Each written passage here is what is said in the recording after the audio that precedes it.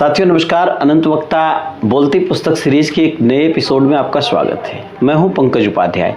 आज बात करेंगे डॉक्टर कपिल कुकरेजा जी से। पुस्तक तिरंगा क्या है, तिरंगा अलग अलग लोगों के लिए क्या मायने रखता है, इसी पे चर्चा करेंगे। जी स्वागत है कार्यक्रम में आपका। नमस्ते जी। आपने तिरंगा क्या है ये मायने बताया लोगों को।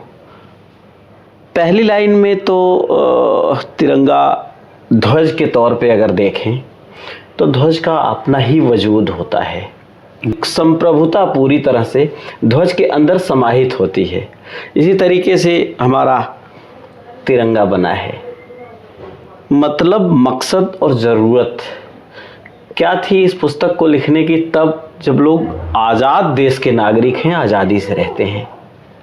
मैं एक बार अपनी गाड़ी में सफ़र कर रहा था जी, तो मैंने देखा कि बारिश हो रही है और एक बच्चा ट्रैफिक सिग्नल पे तिरंगा बेचने की कोशिश कर रहा है।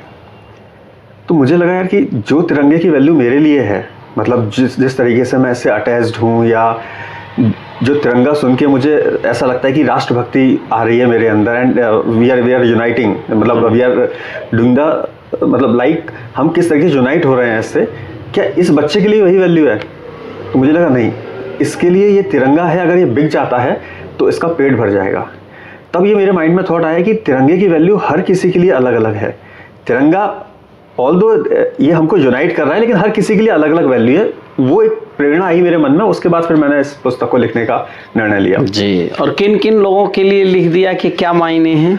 सर आप देखेंगे तो ऑलमोस्ट हमारे समाज में जितने वर्ग हैं, जितने लोग हैं, चाहे वो इवन एक न्यायाधीश भी कोई निर्णय दे रहा है तो किस किस पहलू को सोच रहा है और उसके लिए तिरंगे की क्या वैल्यू है। एक किसान जो वो चाहता है कि उसकी फसल अच्छी हो जाए, उस पर कोई कर्ज ना हो बैंक का, तो उसके लिए तिरंगे की कुछ अलग वैल्यू है। एक सैनिक जो बॉर्डर पे खड़ा हुआ है, उसके लिए तिरंगे की वैल्यू अलग है। तो आप देखेंगे तो बहुत सारे लोगों को, मैंने बहुत सारे किरदारों को इसमें कवर करने की कोशिश करी है। आज के वक्त में सही मायने में लोग सोचते हैं कि तिरंगा ध्यान में रख के काम किया जाए? सर बिल्कुल सोचते हैं, और चूँकि मेरी आदत है हर चीज़ को एक उदाहरण देके बताने की। जी। तो मैं उस समय मंगोलिया में था और हम लोग एक प्रोजेक्ट कर रहे थे। जी।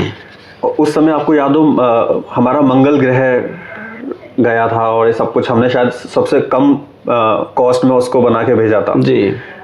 उस समय मीटिंग कर रहा था और उस प्रोजेक्ट को जो लगा रहे थे वो चाइनीज़ कॉन्ट्रैक्टर था।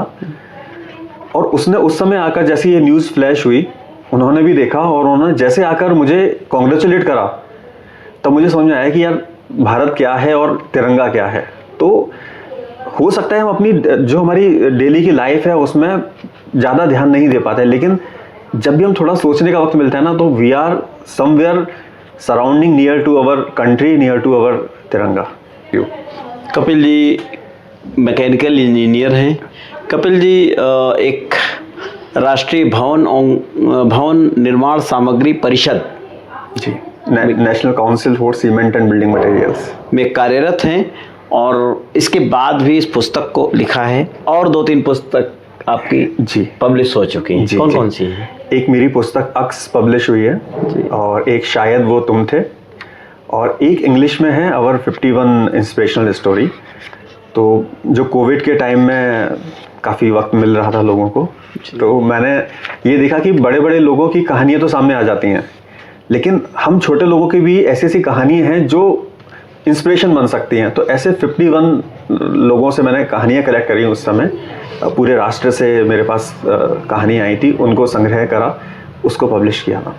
पुस्तक को लोग पढ़ना चाहें तो कैसे प्राप्त करें, कहाँ से लें? सर ये अमेज़ॉन पे अवेलेबल है पुस्तक। इवन इसका जो पब्लिशर है इक्योतो, उस पर भी अवेलेबल है, उसकी वेबसाइट पर भी। अच्छा, वहाँ से लोग ले सकते हैं? हाँ जी, परचेज कर सकते हैं। वैसे भी मैं अमेज़ॉन का लिंक डिस्क्रिप्शन में डाल देता हूँ, आप वहाँ से भी जा सकते हैं लेने के लिए। आपके लिए भी बेहतर होगा। तो इनमें कितनी कविताओं का जिक्र किया है आपने? इसमें मेरे ख्याल से 36 कविताएँ हैं, 36 हैं, और आप 36 अलग अलग ही किरदार दिखेंगे आपको उसमें। और हो सकता है किसी कविता से किसी को कुछ इंस्पिरेशन मिले, कुछ अच्छा कर पाए, तो बस यही प्रेरणा के साथ लिखता जा रहा हूँ सर। बहुत अच्छी बात। लिखने से बहुत कुछ प्रभावित भी होता होगा। ड्यूटी करके आए, घर में बैठ गए लिखने के लिए, पत्नी परेशान तो नहीं होती?